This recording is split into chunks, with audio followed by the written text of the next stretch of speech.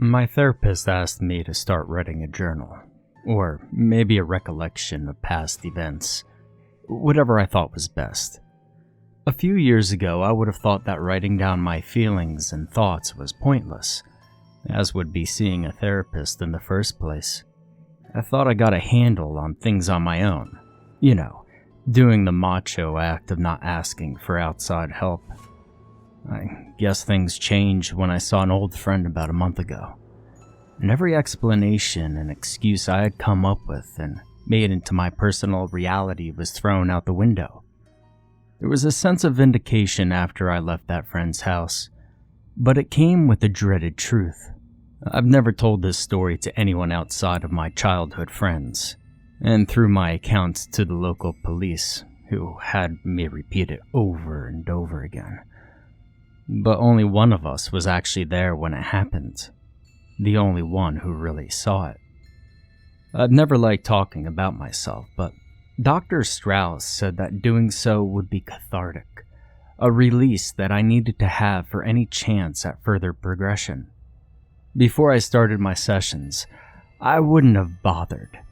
It was only recently that I put things together and accepted the facts of that day. It was 15 years ago, the late summer of 1998.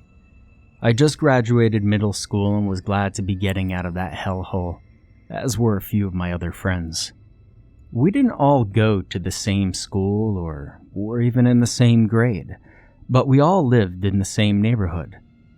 It was a nice enough place not far from the water's ports and harbors in Pensacola, Florida, a city tucked in the northwest of the state. It's right by the Alabama and Georgia borders.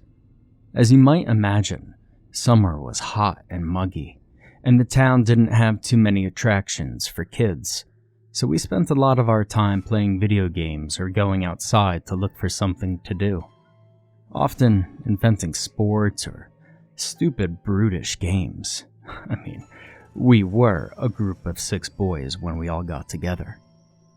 Our parents all knew each other for the most part, and despite a few rivalries and some fights amongst us over the years, we all got along pretty well, all growing up within a mile of one another. I don't want to say too much about them, because we've all broken apart over the years, and I don't know where we've all ended up, or how we've all dealt with what had happened. The last thing I'd want to do is have this story somehow go public and get big or something, and then some reporter goes out tracking us down and opening up old wounds that some of us might have healed by now. Anyway, here are their first names and some overly generalized descriptions of their personalities. Just please remember that these were actual people. They're not cartoon characters. When whatever douchebag gets a hold of this journal and decides to make a TV movie out of it, I guess I've become just a little paranoid over the years. First, there's me, Justin. You'll find out enough about me through this story, so I won't bother sharing anything about myself here. Brian was our group's only black kid, and he was always fairly mellow, just kind of followed us around wherever, with a few hesitations. I didn't know his parents well, but they must have raised him proper. The few times we went out to be little teenage bastards, he would always only watch us, never knocking over garbage cans or vandalizing or anything. Not that any of that was ever my idea. No, those boredom-killing brain farts were strictly externalized from Devin. He looked like a bully, but he was never actually mean to anyone, as bossy as he could be. He was the biggest of the group, but not terribly overweight. I think he must have had ADHD growing up, and he was always getting into trouble, often dragging us right down with him. And then Gilbert, I swear to God that was his name, and yes, he caught a lot of flack for it. He was the nerdy one, the only kid with glasses. He was damn smart, but overly technical for his age. It's a miracle he never got socked by any of us after he finished listening to one of our conversations and then interjected some facts with an intake of mucus, followed by a raised index finger and annoying, Actually. But, again, he was smart and creative. He could make up some good jokes on the fly because of it. Then we have the fraternal twins, Peter and Nick. Not terribly interesting names, but at least their parents decided to not be asshats when giving them some cute and stupid like Bobby and Robbie. They looked only a little alike, and Peter was always about an inch taller than his brother. They both had dirty blonde hair and matching blue eyes, but that's where the similarities ended. Peter was energetic and into sports, and he was a bit of a loudmouth. Nick was pretty quiet, and he never seemed to be very good at anything we tried. That is, other than video games. He would kick our collective asses in most any genre. I was always a casual gamer, preferring to spend my time outside and only rent video games from the nearby video library. It's all gone now, but I did have several systems. The one among us subscribed to several gaming magazines. Nick was typically the kid to introduce us to the latest hot title. From the day it came out and we all went to the twins' house to play it, we had all been addicted for the past year to GoldenEye for the Nintendo 64. It was real hot shit back then. The talk of the class's guys whenever the topic of video games came up. Playing it automatically made you cool. The game led to many late-night sleepovers, sometimes lasting until the first morning light in the summer. And we played other things, of course, mostly Mortal Kombat and Mario Kart, but the epic James Bond shooter was the crown jewel. 4-player games were awesome. 10 minutes of shooting each other in the face and being blown up with mines and rocket launchers? Well, the two lowest scoring players would trade with the spectators of the previous game, and those watching for a round would usually go scrounge for soda and snacks. They were good times for us, and sharing the game together put a few inventive thoughts into my mind for a new game of our own. We still had to do something during the daylight hours that we would rather spend outside. After I threw out the idea of a real-life first-person shooter, we quickly came up with the idea of a game simply called Guns. The name really showed how creative we could be, I guess. It started as an advanced game of hide-and-seek.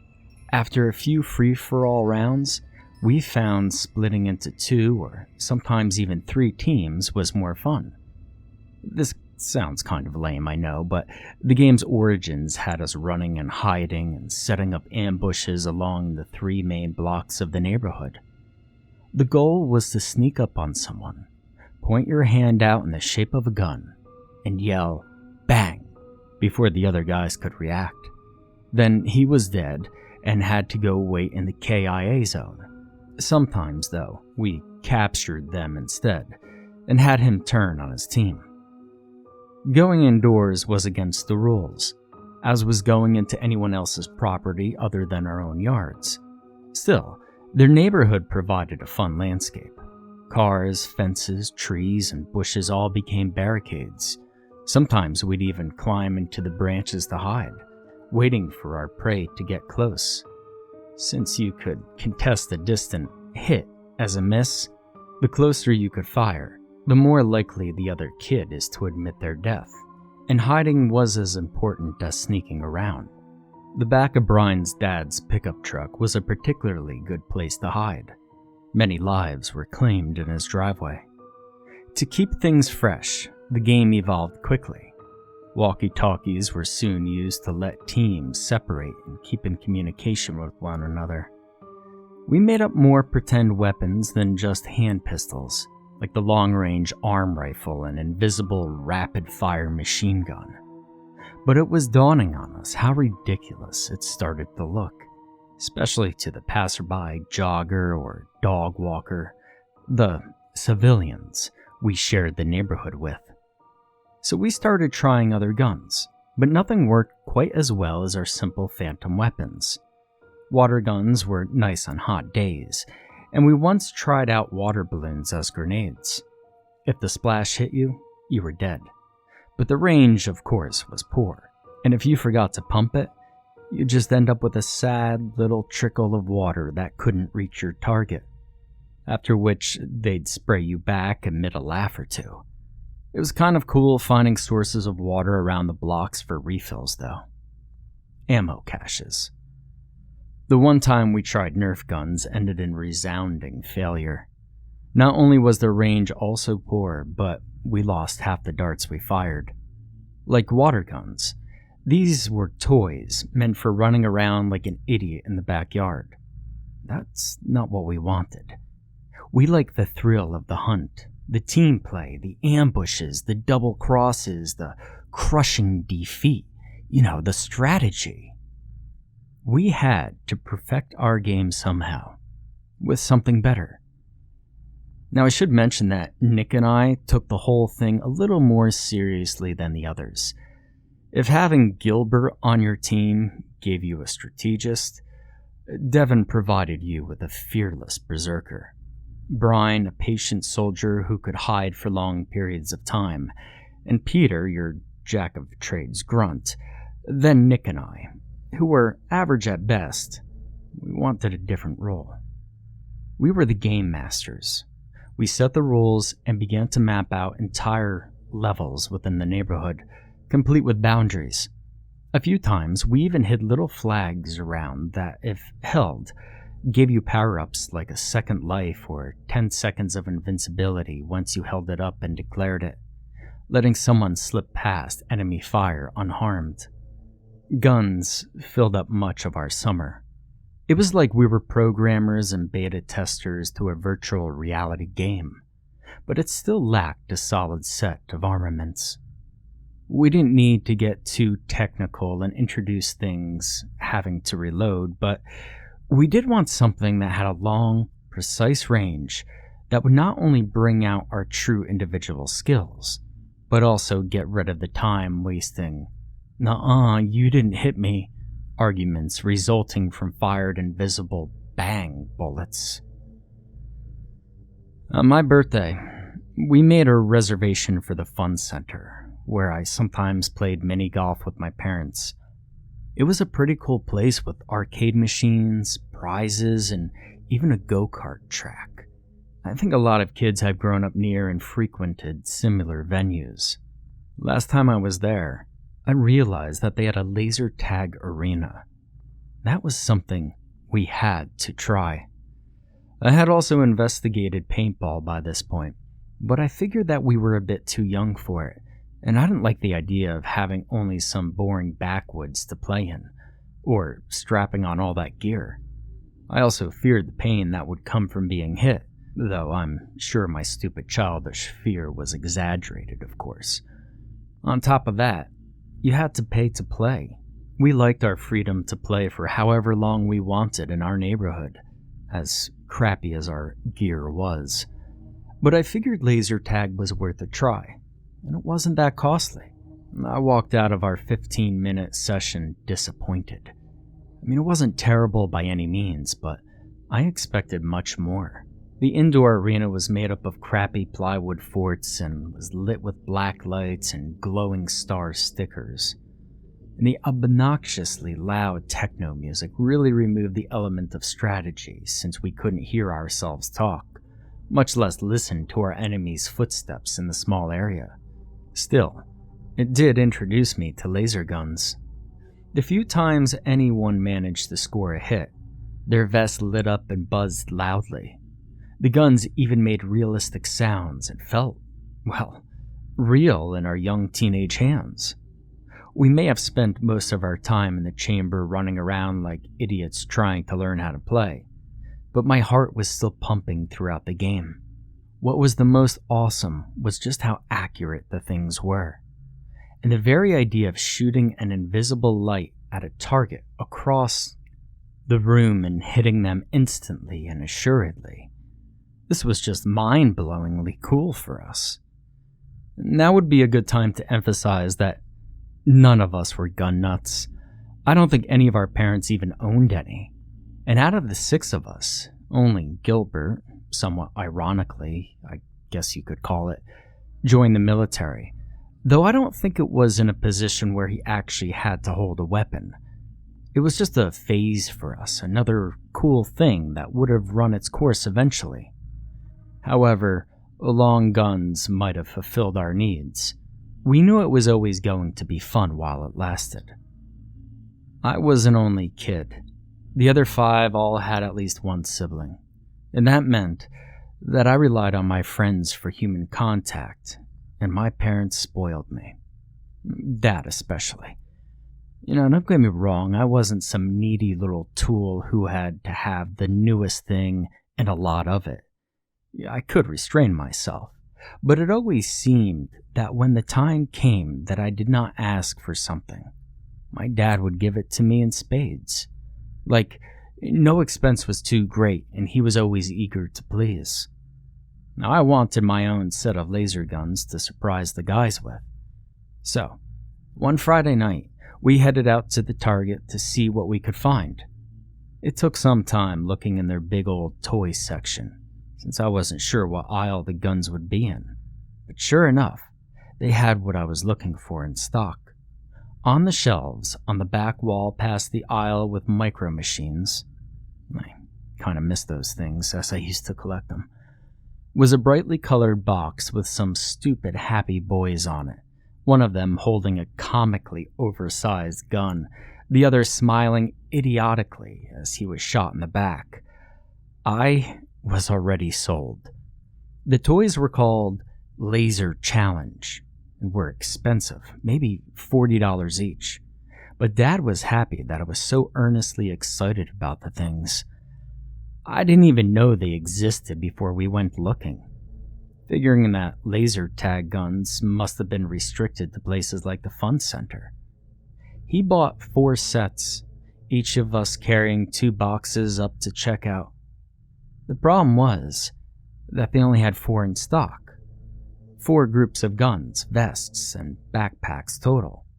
He knew as well as I did that I needed 2 more sets if all 6 of us would be playing.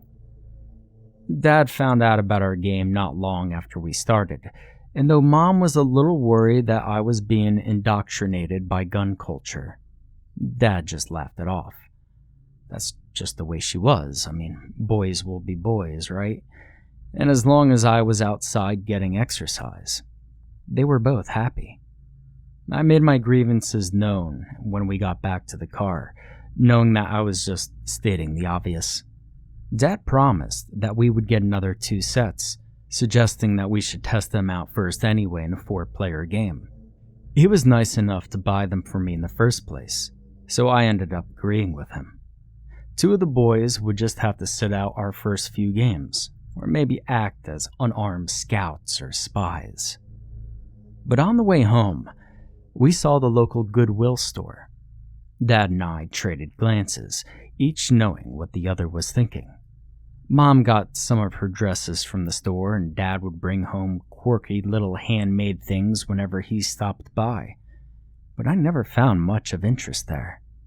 I didn't like the feel or idea of second-hand stuff. Despite that, I knew it was worth a look.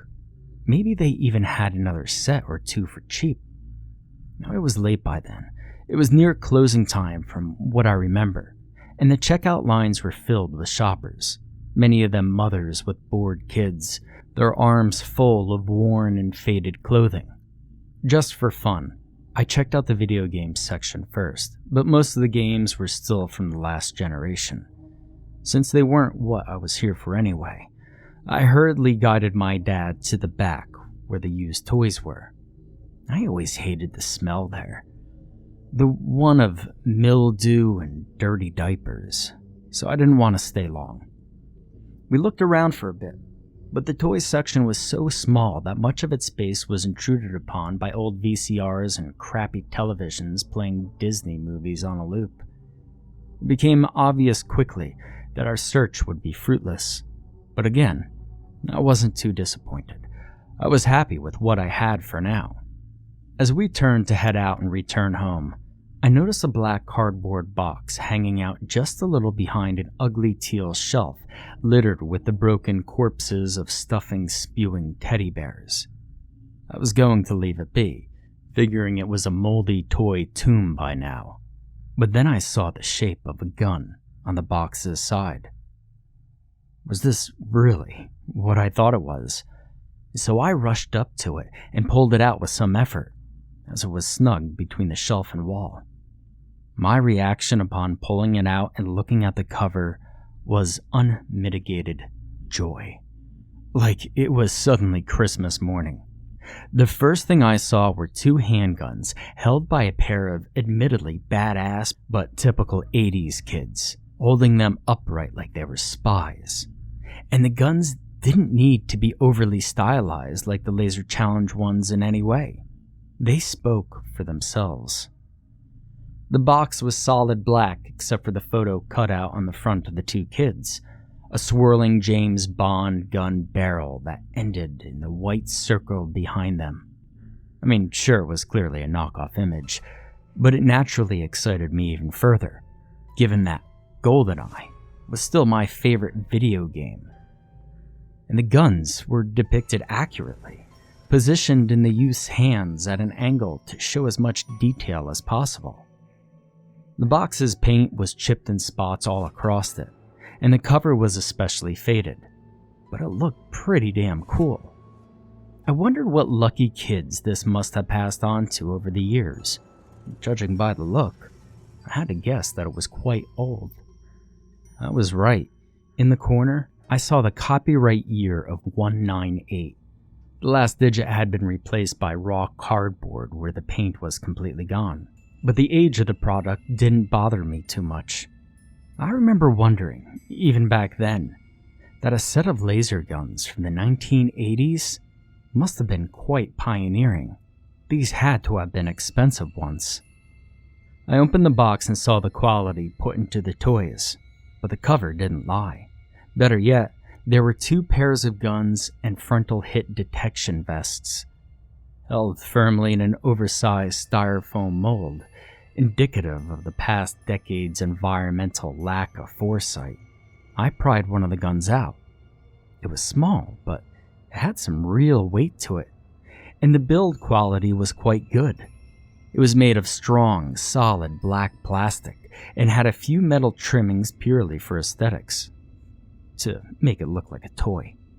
The tip of the barrel where the laser was fired out was also made of this metal, as was the trigger and the iron sight. It quickly occurred to me how dangerously real this thing looked. Sharp contrast to the orange and gray Laser Challenge weapons. If it weren't for the swirling metal bezel around the edges that gave them a more juvenile appearance, someone was just asking to get shot by cops waving the things around. By this point, Dad had come over, giving me an impressed, "Whoa, what did you find?" He knelt down to the floor to examine the set for himself, and then noticed something on the gun I was still holding. He pointed it out for me, and I was surprised I hadn't seen it yet. On the back of the iron sights were two green glowing dots. They didn't blink or waver when seen at different angles like normal LEDs. Furthermore, there was no on or off switch for them, or the gun itself, or battery compartments anywhere. These things were sturdy, solid creations that could have easily been mistaken for real guns, and we couldn't even tell how they were powered. Neither my dad or I knew what to make of the eternal lights, but we did think that they were kind of cool. I would learn much later in life that the lights were made of tritium, a radioactive element used for illumination on some real guns and watches, or other equipment that might, for whatever reason, need a constant but small source of light. Tritium is safe, at least for a radioactive material, but it was still an element that shed its atoms. When I found out about it later in life and researched it, I also learned that it was a key component in nuclear weapons.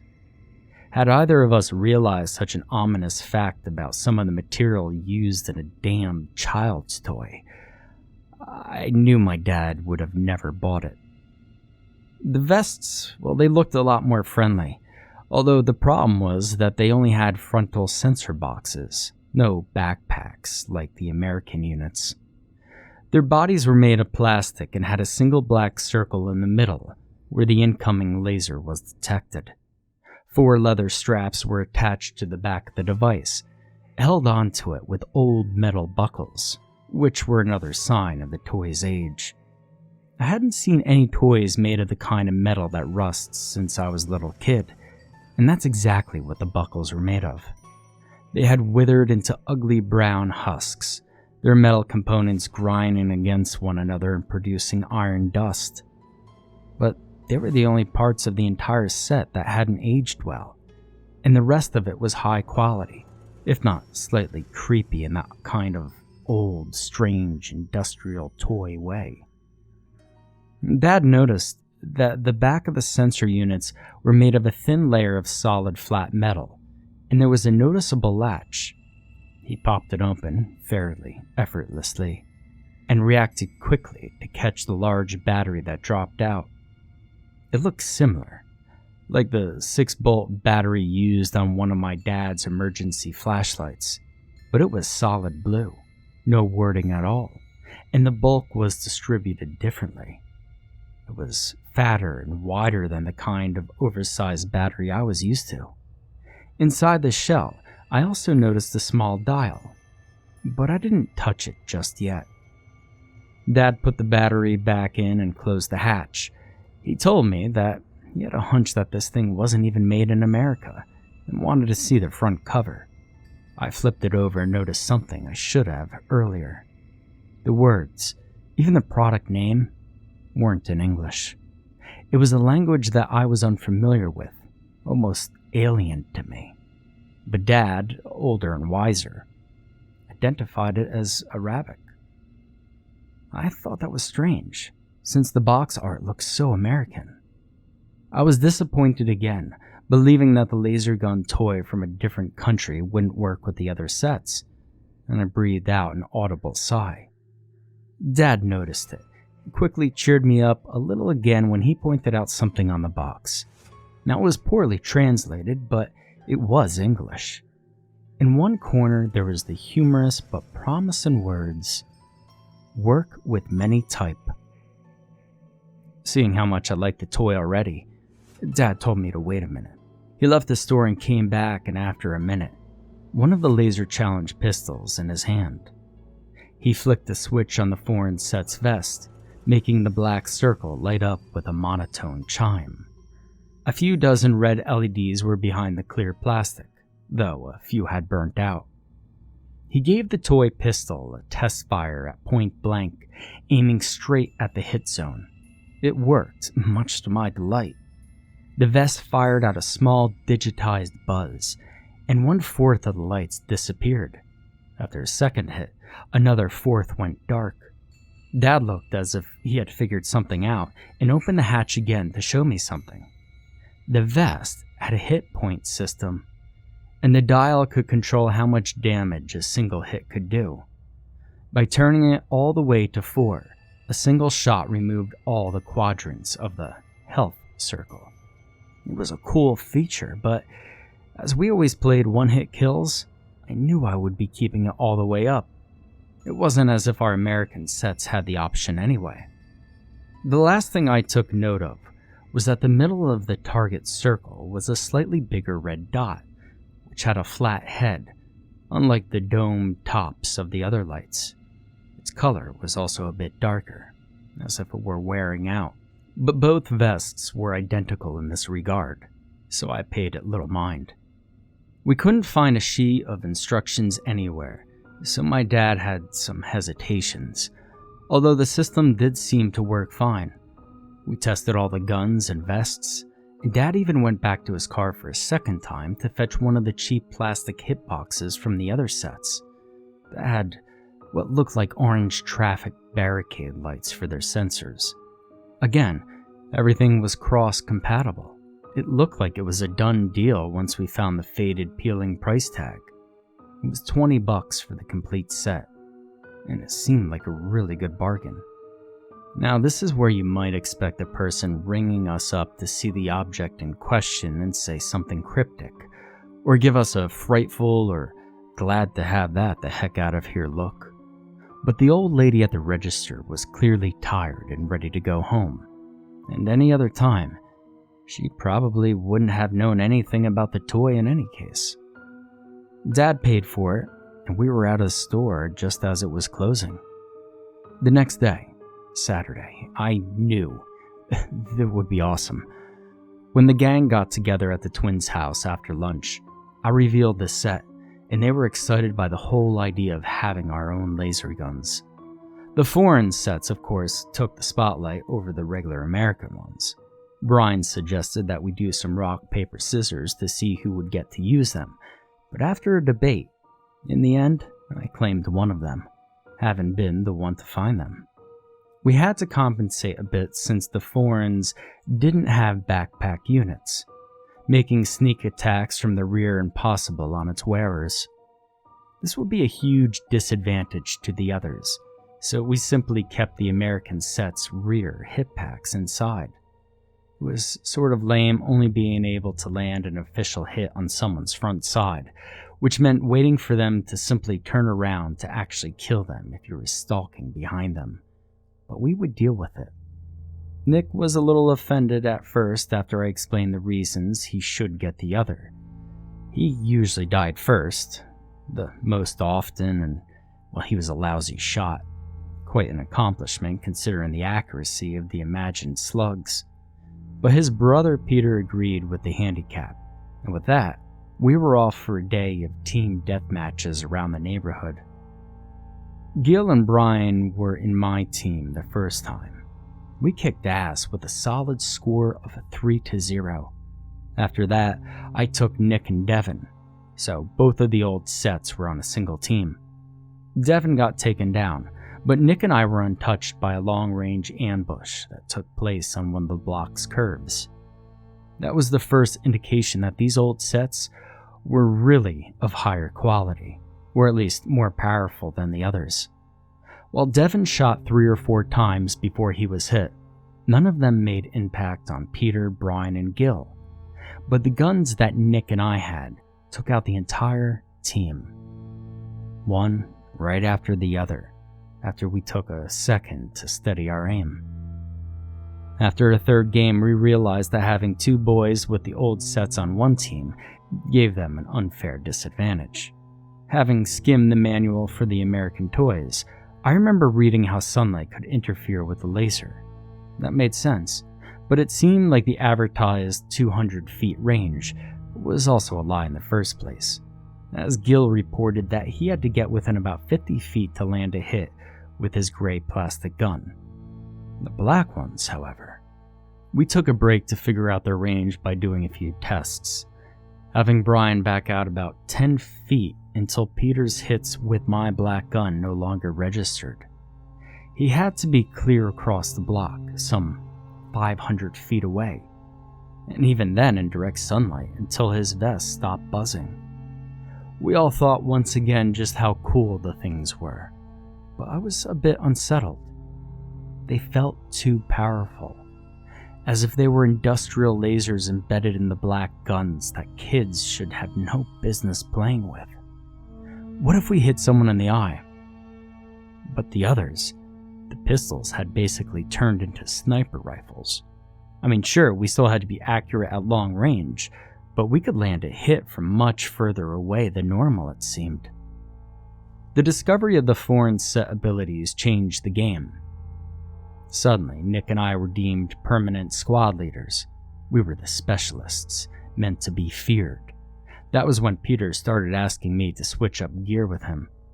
I told him he could have my set tomorrow, but after a few more games, he started whining and bitching about it. At 3 o'clock, we broke for snacks, soda, and water to replenish ourselves. We had played long and hard so far, and the other people in the neighborhood had taken notice of our antics. But we were having too much fun to notice or care what they thought of us. Being a nice guy, I relented and told Peter he could have my set for the last round of games that would last until we called it an evening.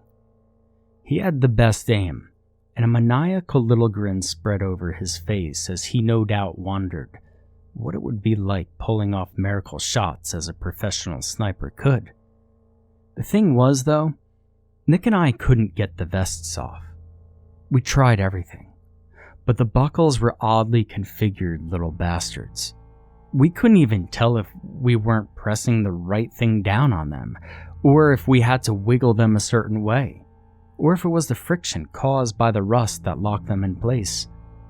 We eventually gave up and had our indoor snack break with them still on, looking like dorks, somewhat to the amusement of the others.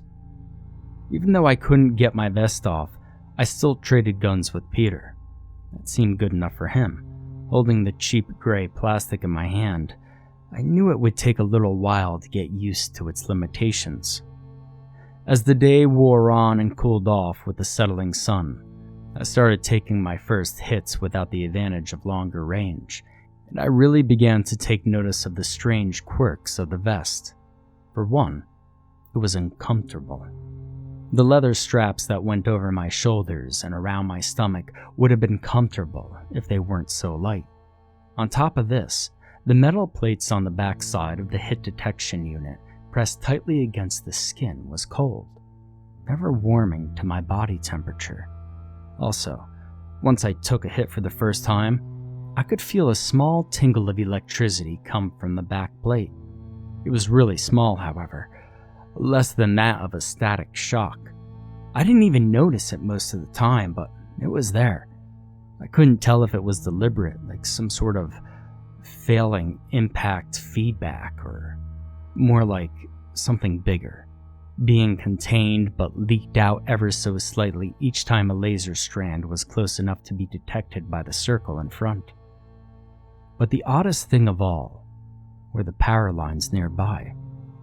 They were old and buzzed often in cycles, but whenever I drew near them, they seemed to either buzz louder or started buzzing if they were quiet at the time. Now, I had learned about electrical fields in science class that last year of middle school, and thought that something in the hitbox might have been causing some sort of the interference. But I didn't really think about how powerful the battery would have to be to do such a thing. I did, however, begin to feel unsafe hauling it around. And thinking back, I suddenly remembered the moment my dad had turned it on for the first time in the store. And I thought nothing of it back then, but when he did that, the fluorescent light above us flickered, just briefly. I'd grown up with a fear of electricity. Outlets had always scared the crap out of me as a kid, as if simply touching any part of it would electrocute me. A gut feeling told me something was wrong with this toy. I now wish I had said something or called off the game completely. After the first game following snacks, when I let the other team use both of the black guns and we got creamed, Peter gave us his brother Nick to even the score. He joined Devin and I after the 60-second countdown that was used to get the team separated from one another. We headed out, decided to go on patrol instead of making a base this time, as Devin never liked to sit around and wait for the opposition to find us. Peter's team must have been doing a good job at hiding, because we couldn't find them after 2 sweeps of the block. We looked behind every one of our houses, covered the adjacent block, and still found no sign of them. It was a good idea to separate the team a bit so it wasn't taken down in a single ambush, but I always hated breaking up completely and going on patrol alone. But Peter and his sneaky bastard gang wanted to play things this way, so we had little choice but to separate and cover more ground. I checked to make sure that Devin and Nick had their walkie-talkies set to the proper channels, and we headed our separate ways. Now alone, my senses heightened. I could feel the beads of sweat on my forehead and hear the faint buzzing of the drooping power lines. It was quiet. The air was still. Everyone else in the neighborhood had gone inside. Getting tired of the round, I started walking down the middle of the streets, putting myself in the open. If someone moved to take a shot at me, I might react in time. Maybe not. I mean, it was, after all, just a game, and I was growing impatient and wanted them to come out. I got my wish. As I walked down the empty street just in front of my house, Brian leapt out of some of the bushes, took aim at me, and fired. I heard the buzz, felt the tingle, and looked down to see the red lights disappear. Proud of his kill, Brian smiled and walked over to me. Despite being a bit pissed off that his team decided to hide this round, I still thought up a little compliment to give him, but it never left my mouth. Just as he stepped in front of me, I heard a loud pop in the distance. It sounded electrical, like a transformer had just blown. At the same time, our two walkie-talkies let out a loud but brief burst of static. Brian and I looked around, maybe expecting to see sparks raining down from a power pole or something. We waited for a few minutes, still out in the open, Brian staying with me despite being on the opposite team. The pop had taken us out of the game. It startled us. We eventually settled down again, and we got ready to part ways. Brian back into a hiding spot and myself into the dead zone. But then, God, that horrible smell. I knew what it was, and I think everyone does. That stinging stench of an electrical burn. It's similar to dust burning off in a heater, but whereas that aroma is almost pleasant in a way, an electrical burn is a threatening smell you never want to experience. The last time I had was when our microwave practically exploded last year, which was unpleasant. With the possibility of a fire being nearby, we dropped the game and, using Brian's walkie-talkie, tried to get in touch with Peter and Gil. We got no response the first few times we tried to contact them, but on the fifth try, some feedback suggested that someone on the other end was holding down the transponder button.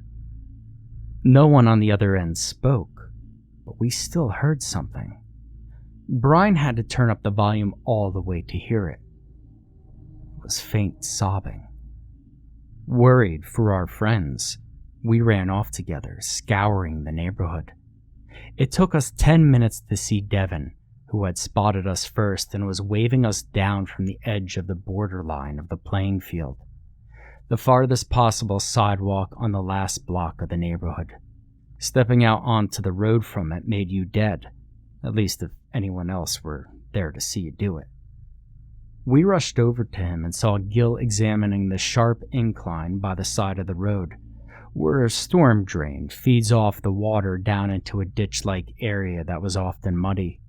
It was also overgrown with weeds and vines that climbed up the nearby cedar trees, which condensed into an ugly little forest typically occupied by drunks and a bunch of garbage. For reasons we never really understood, this area, on the edge of our battlefield, was Nick's favorite hiding spot. He would sometimes still be in the ditch, eyes peeking out at street level, after the entire opposing team was already dead. Next to Gil was Peter, in a way I'd never seen him before. He was in a state of shock, rocking back and forth very gently in a fetal position. I asked everyone what had happened, but Gil wasn't around at the time and knew nothing about it. Peter had yet to say a word, and Nick was nowhere in sight. I tried to coax an answer from Peter, but he just looked back at me with saucer eyes. When I started shaking him and demanding to know what had happened, he murmured something, but it was so quiet, he might as well have just have mouthed it silently. To this day, however, the closest thing I could think of as to what he said would be, "I saw him. I shot him." My stomach dropped. Peter didn't give me a straight answer, but I still had a deep and increasing worry that something terrible had happened to Nick. That maybe the hitbox had electrocuted him. It was morbid, but that's the conclusion my mind had instantly leapt to. Gil, Brian, Devin, and I, we searched the area, sinking into the mud on occasion. I sniffed the air, smelled the electrical burn again, and every second that passed by that we didn't find Nick in pain or worse was a small relief. but we didn't find a trace of him at all. Until we started heading back to Peter, hidden in some of the overgrowth on the incline, their red color now distinguishable in the grass, were Nick's shoes. Gil looked at them closer, but when he tried to pick them up, Peter suddenly shouted, "Don't touch them!" Gil abided by the request. Panic overtook the four of us that we were still in reality, and we quickly ran to Devon's house, the closest to our current position, and we told his parents. They finally called the police when we managed to convince them that we weren't pulling a prank, and we really couldn't find Nick. The rest of the day was hell, but at least it went by quickly. The police arrived, as did everyone's parents. Peter's father took him home, as he was just too traumatized to help the officers in any way. As more cop cars arrived, we explained everything about what we were doing. One of the cops even mentioned how he had noticed us earlier that day while on patrol. A search party started around sunset, and all the while, we were stuck outside in the heat, sweating like crazy on the side of the road as our hearts raced. The police had little to go on and no witnesses other than Peter, who they knew they would need to talk to right away. I was the first one to suggest to them the hit sensor box and gun from the laser set. That made them a little curious. I explained the devices as much as I could, even the tingling I felt. They may have concluded that the toy sounded dangerous, but still it was just a toy. Nevertheless, they decided to take the foreign set in for further investigation. I had no arguments. After what might have just happened to Nick, I wanted nothing to do with the set anymore, or for that matter, laser tag or guns. I knew the game, and whatever form it could have taken after this day was tainted now. They quickly found Peter's gun, dropped in the tall grass right by where he had been sitting. Nick's was discovered soon after, not far from his shoes. But even with their help, I couldn't get my vest off. The damn thing felt like it was permanently strapped to my body. It finally took Devon's father bringing a pair of metal shears from his garage to get the hitbox off me, and he had to work to cut through the thick leather straps. But at least I was free. Safe. The police took the device and began their search for the other. Only, like Nick, they never found it. Over the following weeks, they combed the entire area for both the hitbox and its wearer, even dredging up mud to see if it had sunken into it. I began to have visions of it exploding in a bright nuclear fireball, vaporizing Nick. But I kept the nightmares to myself. The twins' parents must have suffered more than I did, and I knew it was my fault. Despite all the assurances that day and the ones that followed from the police, Nick was never found. His disappearance made the local news, then the state news. No suspects were ever named. Every time I walked by the missing children's board in Walmart, I saw his face, haunting me, staring at me above the description and the number to call. Man, I saw that poster hanging for years, till I went off to college and left my old town and friends behind, all of which are irrevocably shattered by the incident. In my senior year, I came out for winter break. By now, I had invented that reality I mentioned earlier. I shoved the idea of the laser tag toy killing him out of my mind, coming to believe, like the town did, that Nick had ended up just as another vanished or abducted child that would never return. Coming home, I had a flashback of his funeral, 2 years after he disappeared, where I was unable to look at his parents or Peter in the eye from across Nick's empty casket. The past didn't stay dead. When I came home, my mother told me, in a shallow voice, that Peter had been calling recently, asking for me about every other day. She told me I should go see him. I didn't want to, but of course I had to. Now I walked over to his house, where he still lived with his parents. The place had gone to hell. The paint was peeling off, the grass was so tall that trees could have begun sprouting, and once I was let in, the smell of alcohol was nearly overpowering. With as much motivation as a zombie, Peter's dad rejoined his wife on the couch, where they both lifelessly watched the television. Even 8 years later, Nick's death had left a scar on that household. I trudged upstairs and into a dirty, crowded mess that was once a big living room. The place would have fit right in on an episode of Hoarders, and there's a foreboding detail buried under a trash bag of beer cans that was blocking the television. I could see a Nintendo 64 on the floor. You know, as crazy as it sounds, it must have been unused ever since that day, as Nick's GoldenEye copy was still plugged into it. The place, well, it reeked of despair. I desperately wanted to leave, but if Peter needed to talk, if he had answers, then I had to meet with him. He was in his room, also a disaster area. Empty energy drink cans lined the floor. I could see that he had grown an unruly beard before he turned around in his computer chair, after exiting some MMORPG I was unfamiliar with.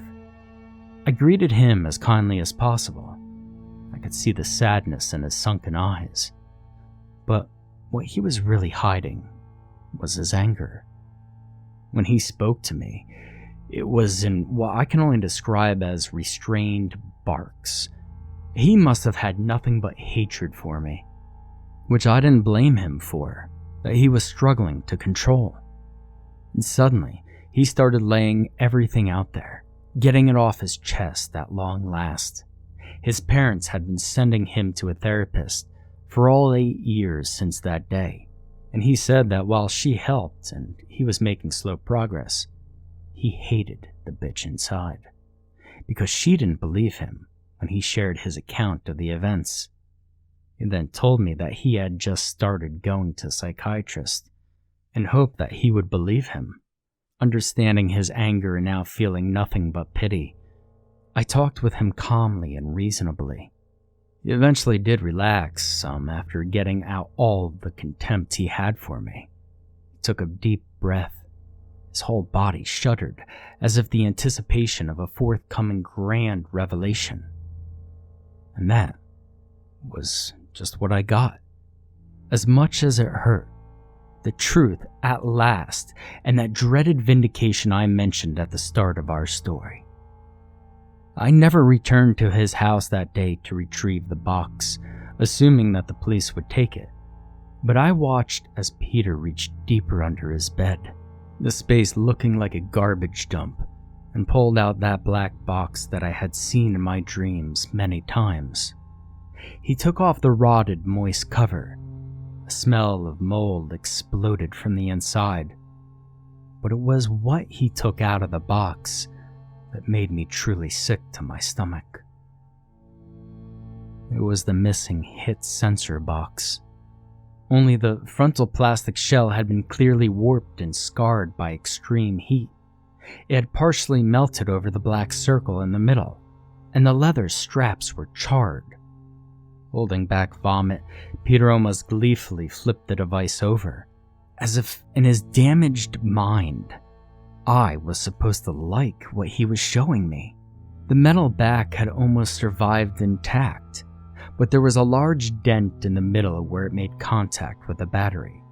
The hinge, however, no longer locked in place, and the back plate swung open freely to reveal the interior of the shell. There was no sign of the battery itself. Its compartment was a solid black, and there seemed to be dried remnants of battery acid. I can only surmise that the battery had exploded in its entirety. However much energy it had inside must have been incredibly lethal. "Justin!" Peter suddenly shouted at me, snapping me out of my dazed, sickly stupor. He then proceeded to call me an idiot repeatedly for not reading the instructions. I whimpered in reply, telling him I didn't see any. In one broad stroke, Peter tore out the styrofoam, which I noticed had already been broken into several pieces. Under what remained of the fractured white block was a thin, yellowed pamphlet. The guns were printed in black and white on the cover. Now both terrified and racking me with guilt, he began to shove the moldy instruction book in my face, thrusting it until it was just a few inches in front of my eyes. Each time he turned a page as he yelled at me to read it. Although I was shaking, I tried my best to do so.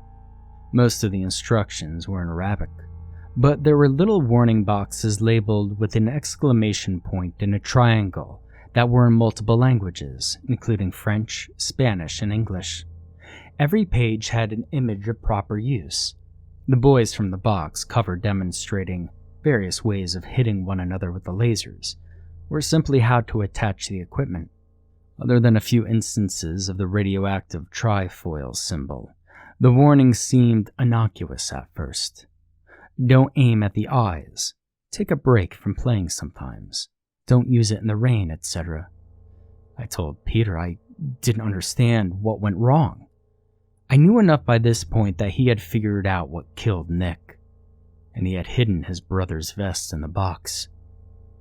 I told him I was so very sorry again, but that I didn't understand. Before he showed me the last page, Peter said he kept the burnt, twisted vest so he could figure out what happened on his own. Maybe he thought the police wouldn't be able to do so. I can't hope to know. It was calmer now, and he turned to the last page and handed me the book. My stomach churned again. The warning was simple, and like the rest of the product, poorly translated. Danger. Critical hit zone. These words were under a diagram of the black hit circle, where an arrow pointed to that small center light, and there was a descriptive image of one of the boys shooting the other, a demonic smile and a look of victory on his face as he so happily sent the other boy from the box cover into oblivion. The other boy, who was screaming out in raw pain and terror as his vest exploded and his body turned to fine particles of ash. But Peter wasn't done. He had one last thing to show me.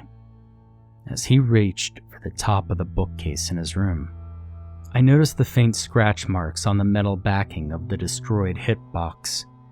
It looked like someone had taken a screwdriver to it in order to violently scrape something off. Peter showed me a small corked plastic vial that he had taken off of his shelf. Inside was the solid black gathering of what appeared to be soot. He gave me a sickening smile and told me, "It's been a long time since you've seen Nick, hasn't it? Say hi to Nick." I felt myself heave and I hit the floor, but nothing came up. My mind scrambled, trying to accept what I had just seen and was told. To imagine the fear, the pain as my friend burnt up into ash so small that it blew away in a light wind. Killed by his own brother. Eagle-eyed Peter, who had scored a critical. Before I turned and ran out of the house, Peter holding what was left of his twin brother, he had some advice.